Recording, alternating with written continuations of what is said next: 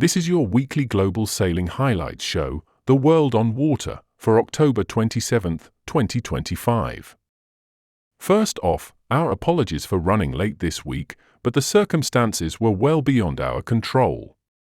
And as a prior notice, next week could also be affected. In the meantime, the Transat CAFÉ or Normandie Le Havre started and were then reated to muscular wind conditions and leaden skies as they made a fast start to what should be an express exit from the English Channel. On the first night, 3 Ocean 50s capsized, the Ultims powered ahead while vthe 18 Imocas battened down as the Class 40s had a mandatory stop into La Coruña on the northwest corner of Spain. Punishing conditions. Ça alors, quelle histoire que cette nuit sur la Transat CAFÉ là. C'est clair, la mer n'a pas fait de cadeau aux Ocean 50, ces multicoques de 15 mètres, rapides mais instables. Moins de 12 heures après leur départ anticipé justement parce qu'ils sont moins instables, anticipé justement parce que la météo était ce qu'elle était, mais moins de 12 heures, ce matin, au réveil, qu'est-ce qu'on voit? 3 trimarans sur les 10 sont déjà chavirés. Lazare, Helio, Coesio et Inter-Invest. Les équipages, je donne la bonne nouvelle tout de suite, après je vous explique un peu ce qui s'est passé. Les équipages vont bien, mais la série est juste incroyable. Si les 3 équipages sont sains et saufs, cette première nuit agitée met sur pression l'ensemble de la flotte qui se lance ce dimanche exactement au moment où je fais la vidéo du Havre. On en reparlera, c'est sûr. Alors revenons sur ce qui s'est passé cette nuit. Tout a commencé vers 22h27 pour Lazare Xiolio au large du cap de la Hague. On a chaviré par l'avant, raconte Tanguy le Turquier, le compagnon de Clarisse Kremer, que vous connaissez bien ici sur ma chaîne YouTube de sa participation au dernier Vendée Globe. Une partie du flotteur s'était arrachée, poursuit-il. Ensuite, vous voyez le tableau, je n'ai pas besoin de vous le peindre. Quelques heures plus tard seulement, vers 2h25 cette nuit, Coesio, Derwan Leroux et Audrey Augereau se retournent à son tour. Audrey dira: on était en mode hyper safe et pourtant, dans une rafale à 40 nœuds, le bateau est parti.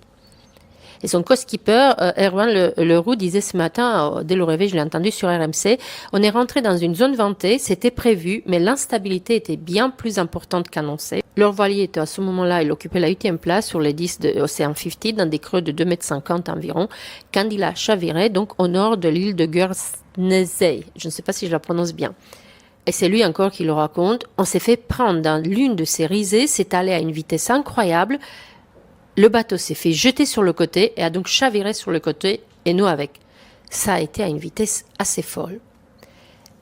Élie Treuillet, les skippers et leur équipe s'attachaient ce dimanche matin à récupérer leur navire, toujours à la dérive. Quelques 2 heures plus tard, à 5 heures du matin, Inter-Invest chavire à son tour au large de la Bergerac. Les 2 marins sont élitreuillés à leur tour, légèrement blessés, mais sains et saufs. Alors où je vous parle, si j'ai bien compris, ce matin, en fin de matinée, Lazare, donc le bateau se trouve à Cherbourg, Inter-Invest est remorqué vers Brest et que Coesio reste en difficulté. Pour ceux d'entre nous qui connaissent un peu moins cette catégorie de bateaux, je sais que les gens qui me suivent, vous êtes pas des spécialistes techniques, des techniques et de la mer. Donc pour faire très court, voiliers rapides mais très sensibles à la mer formée, les Ocean 50 sont on les appelle des libellules des mers. Et seuls 7 d'entre eux auront passé la première nuit de la course transatlantique, un double qui relie Le Havre à Fort-de-France en Martinique. De quoi sans doute inciter à la prudence les 64 équipages. Et pour mémoire, si vous n'avez pas du tout suivi, la flotte de la Transat CAFÉ est composée de plusieurs catégories différentes de bateaux. 4 Ultims, ce sont des trimarans de 32 mètres, 18 Imocas, donc vous connaissez les monocoques de 18 mètres 60 pieds du Vendée Globe, 42 classes 40, ce sont des monocoques de 12 mètres assez costauds dans la mer, dans les mers formées. Et donc ces 3 catégories-là, ils partent en course ce dimanche midi. Le départ a été maintenu. Comme je vous le disais, si ces voiliers sont plus à même d'affronter les conditions météo annoncées, ils risquent de se frotter en début de course, particulièrement corsé, avec un vent établi à 35 nœuds et une mer croisés. Chacune des catégories de bateaux, vitesses de pointe différentes. Pour ceux qui ne comprennent pas pourquoi il y a tous ces départs séparés, avancés, reculés et tout ça, c'est que chacune des catégories de bateaux, aux vitesses donc différentes selon leur taille, vous comprenez bien, doit respecter un parcours spécifique imaginé par la direction de la course afin de lisser les écarts et permettre au maximum une arrivée quasi simultanée à Fort-de-France dans une douzaine de jours, globalement, grosso modo.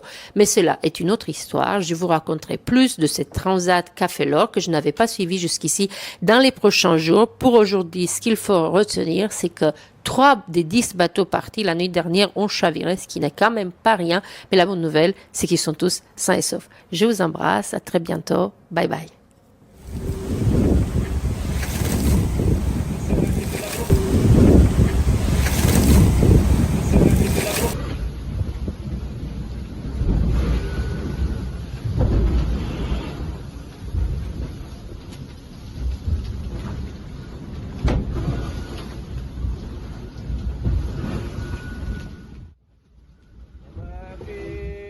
Pour les copains de Lazare qui étaient à côté de nous avant qu'ils se retournent. C'est vrai que c'est un petit peu la guerre. Voilà, on est vigilant, on est prudent aussi, mais c'est pas confortable.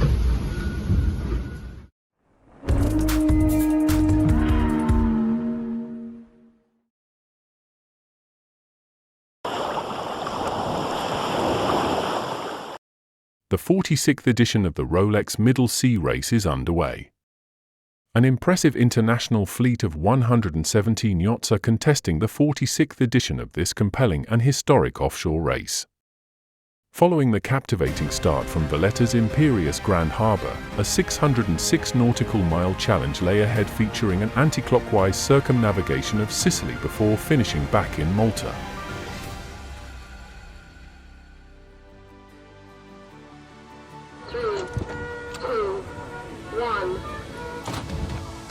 The sound of cannons boomed around Valletta's historic Grand Harbour this morning to mark the start of the 46th Rolex Middle Sea Race.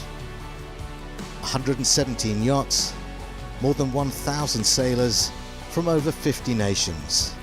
The spectacle of the start, ahead of a historic and iconic race organised by the Royal Malta Yacht Club. And down in the harbour, a rich pedigree of Rolex Middle Sea Race talent. Triumphant last year, the Red Bandit team from Germany. Sailing on board Long Courrier, France's Géry Trontasseau and Alexis Loisin, winners of the race in 2018. And representing Malta, a strong contingent of race legends, including two-time winner Elusive 2. These former winners join an elite lineup in pursuit of the prized Rolex Middle Sea Race trophy, awarded to the overall winner of the race on corrected time. The final of the 7-class starts saw the biggest yachts in the fleet get underway, including the Blackjack 100, widely tipped to take Monaghan line honours. With 606 nautical miles of offshore racing ahead and a weather forecast to challenge the most ardent of campaigners, this edition of the race promises to be particularly testing. Join us again for more updates from the 2025 Rolex Middle Sea Race.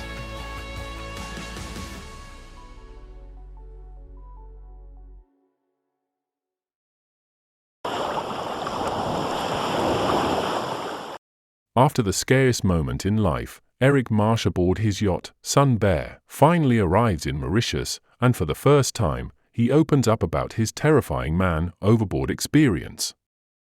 It's the kind of moment every sailor dreads, and Eric's raw story captures the real danger, courage, and determination behind the Mini Globe Race 2025. We thank Christine Turner, who was on the dock in Mauritius, for capturing this special moment. It was a pretty scary ordeal actually, and I'm still pretty stressed out about it. I probably haven't stopped shaking since the event happened. I actually thought my life was going to end. So But yeah, what happened was I was on the bow, the sun there, putting the spinnaker pole away, and a big wave hit the side of the boat, and yeah, next thing I knew I was in the water. So, and I had several attempts to try, and I was getting dragged by my tether, and had the spinnaker pole tangled up in my tether, and so here I was in the middle of the night hanging off the side of the boat, tethered onto the boat, all tangled up, and so then I had to try and get back on the boat, and with the A7 up and the boat was moving, it wasn't an easy task, I can tell you. I just about burned up all my energy. Then I finally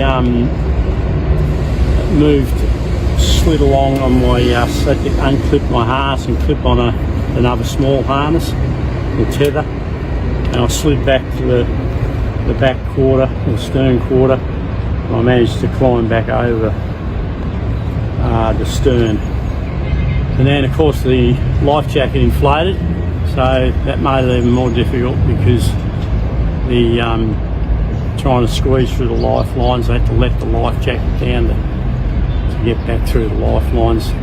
So by the time I got back on the boat, I was pretty exhausted, wet, shaken, and yeah, I just thankfully someone was looking after me. Yes, yes. It was pretty bloody scary, I can tell you. It's probably your worst fear, going overboard in the night, and if you can't get back on the boat, well, you're really in strife. Anyway, I'm here, so You're here, thank goodness, and everybody's cheering for you, Eric.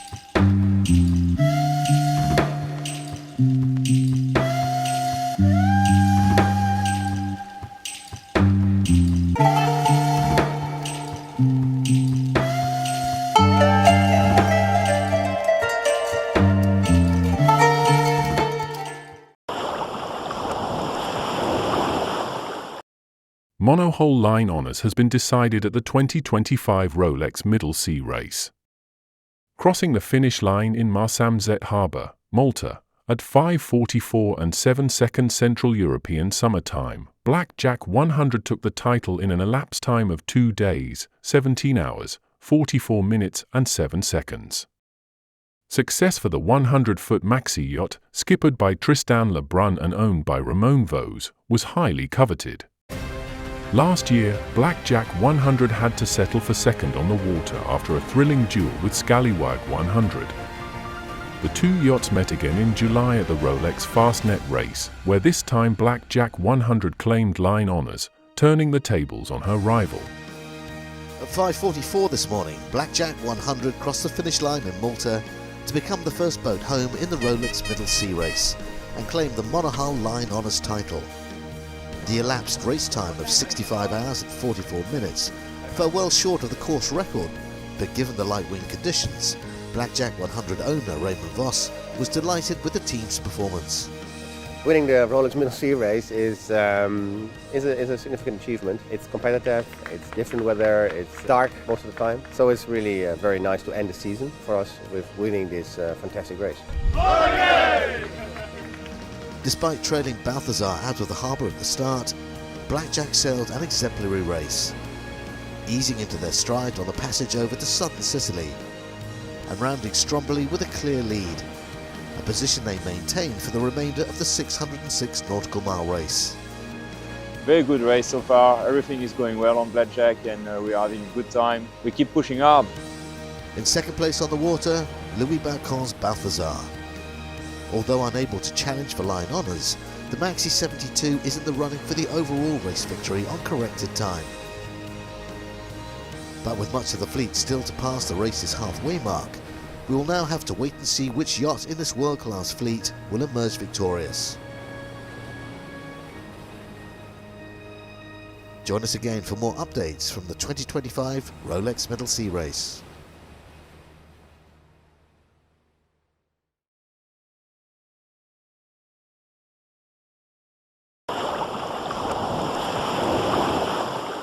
Almost a year to the day since Emirates Team New Zealand won the Louis Vuitton 37th America's Cup, the team are back out sailing with their AC-40 from their home base in Auckland.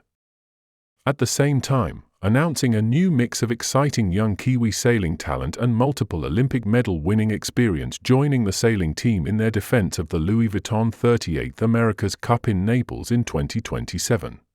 Bloody awesome to have the fresh blood join the team. We're really looking for the future of Team New Zealand. We wanted all-round sailors. Not many people get the opportunity to fly one of these boats, and being in the simulator with them and trying to pass on knowledge in that space has been a really cool experience for myself, and it's just been really awesome how quickly they're learning that role. I'm super excited about joining the team. It's obviously been a dream for a long time. Had a great time last year at the Women's America's Cup, and the opportunity to step up into the main team and onto the 75 is super exciting. Obviously the AC-38 is going to be a real milestone for women in sailing. We're really privileged to be a part of that and hopefully to be one of the first women on these boats and showing that, you know, we can do this. It's awesome to be part of the main sailing team here. I'm honoured being immersed with the big team, the older guys, just learning so much off them, and it's cool to get amongst it and get stuck into the simulator, and really looking forward to getting into the AC-75. I guess the speed difference between the 40.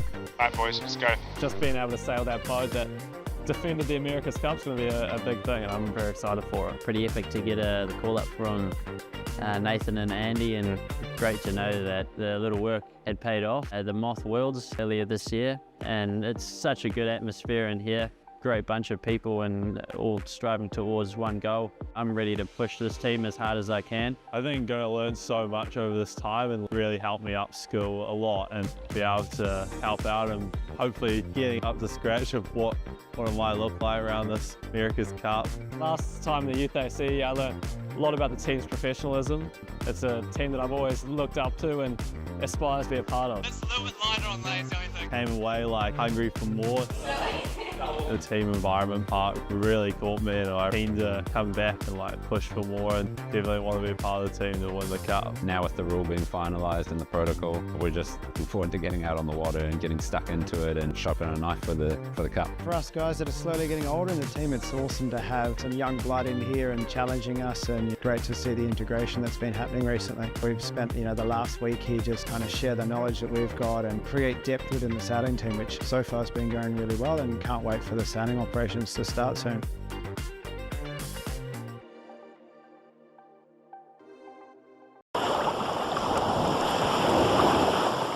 It's race start day!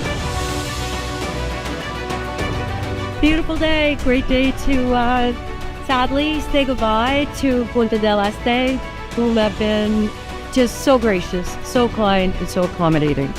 So sad to say goodbye. Heading over to Cape Town, so super excited for that. It's a big leg. It's not necessarily the longest leg, but the South Atlantic can really throw some great winds and some great sailing, hopefully downwind. Nice fast passage over to Cape Town, but yeah, 3,500 miles and into Cape Town.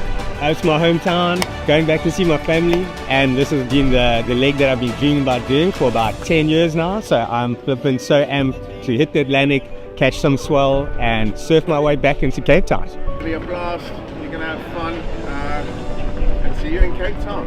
Yeah? Right. Done the first two, so we're looking forward to this exciting leg, the big seas, the big waves, charging down them, it's all on.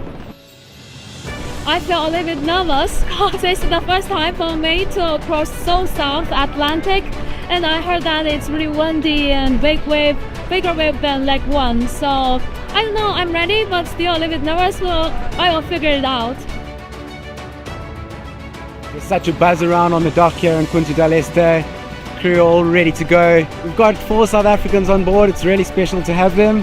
They're amped, we're amped, and let's go.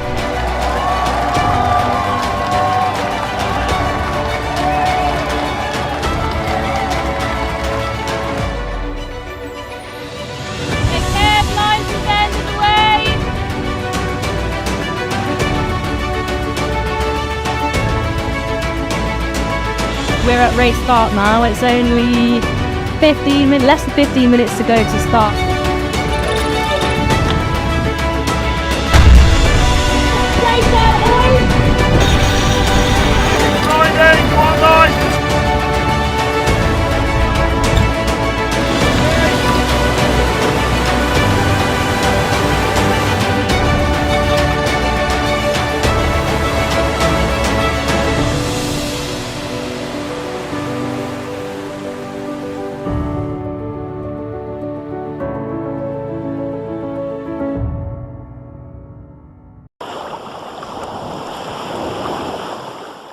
With one last foil elimination round on Sunday, the IFCA Funboard European Championship Slalom Foil and Fin came to a close after 5 days of spectacular racing. Once again, the Funboard boards, both foil and fin, returned to take center stage on Lake Garda, hosted by Circolo Surf Tourbol under delegation from the Italian Sailing Federation. Racing took place every afternoon in perfect aura winds from the south, which consistently stayed above the minimum range required for foil, below 15 knots, and fin, above 11 knots, racing.